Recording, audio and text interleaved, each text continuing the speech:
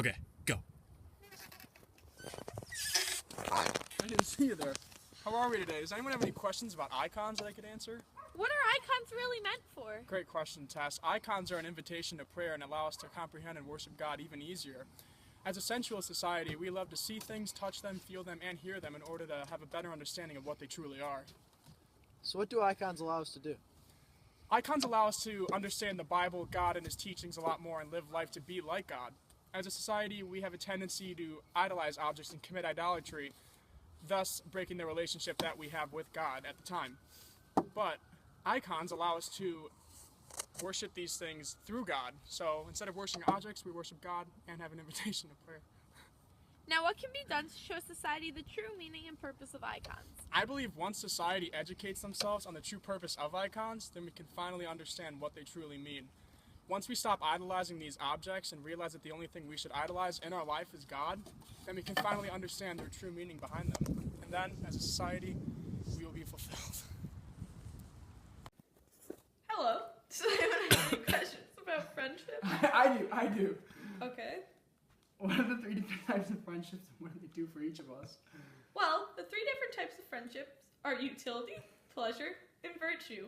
The first one, utility, is when one friend serves the need for the other, or they both serve a need for each other.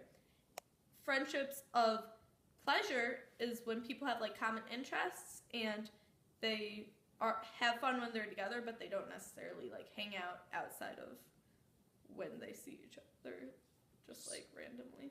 And then friendships of virtue are friends who help each other grow as people and become better through each other's friendships and always encourage each other to be the best that they can be. So what does it matter to you? Well, friendship is what binds us all together. Society, it grows because of friendships with each other.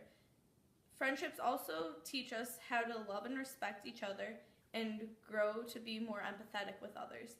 Friendship also helps me and others through hard times in our lives and always are there for each other.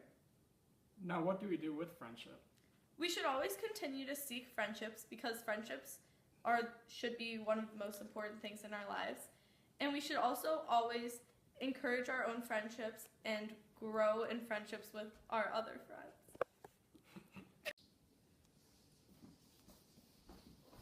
Henry, no peeking! Sorry. What does human dignity teach us?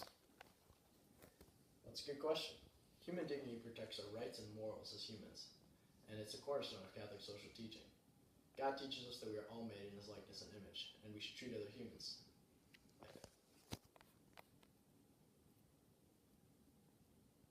So what can we do to truly make human dignity the cornerstone of our relationships? Well, too often in society do we dehumanize our brothers and sisters by taking away their human dignity. What we should do is respect everyone, with the same respect that God shows us and that we show God. Some examples of dehumanizing in society are abortion, euthanasia, or assisted suicide. By doing this, we are not respecting the life from the conception in the womb to death. Now, what can we do in our everyday lives to recognize human dignity in others? Well, in our everyday lives, you may pass a homeless person on the side of the road, and maybe you don't need to empty your wallet to every person, but maybe just show them the respect and recognize their human dignity.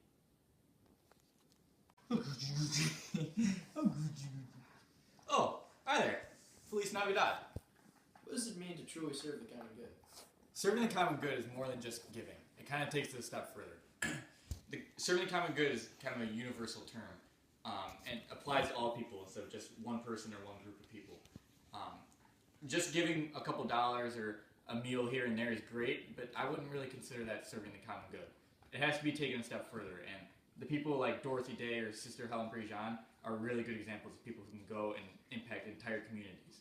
And while giving a dollar here and there and helping people individually is great, and I consider that a really great way to start helping affect the common good, it's really just a stepping stone.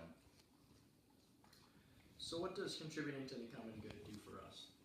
Contributing to the common good can really help establish three different kinds of relationships. The first is a physical relationship established between the giver and the one given. Both are given this kind of sense of appreciation for the other. The one giving is more appreciative of what they have and the kind of things that they can learn from the one that they're giving to, and the one being given is more appreciative of the other people out there who are willing to help. There's also a relationship that we can establish with God and the way that we view Him and turn to Him in any kind of situation, especially to be thankful for all our blessings. And then there's also a relationship that can be established within ourselves and our own conscience, because we really appreciate everything that we are doing with ourselves and really begin to understand that what we're doing is good. And even though it's not huge, our impacts may not be huge or widely felt, it's really, we're impacting people in ways that are unimaginable. Now, what can be done to contribute to the common good? So like I said earlier, contributing to the common good could start with just one little thing. It can really build off and branch from there. I've had a lot of experiences when I'm in the city and I've just given $1 here and there, but one sticks out to me the most, and there's this one man who was outside of 7-Eleven and just begging people for money, but in a way that was like really respectful, and he never approached people too close, and he was making references to God, and I eventually had the courage to go up and give him $20, and he just said, "God bless you, thank you very much," and went on.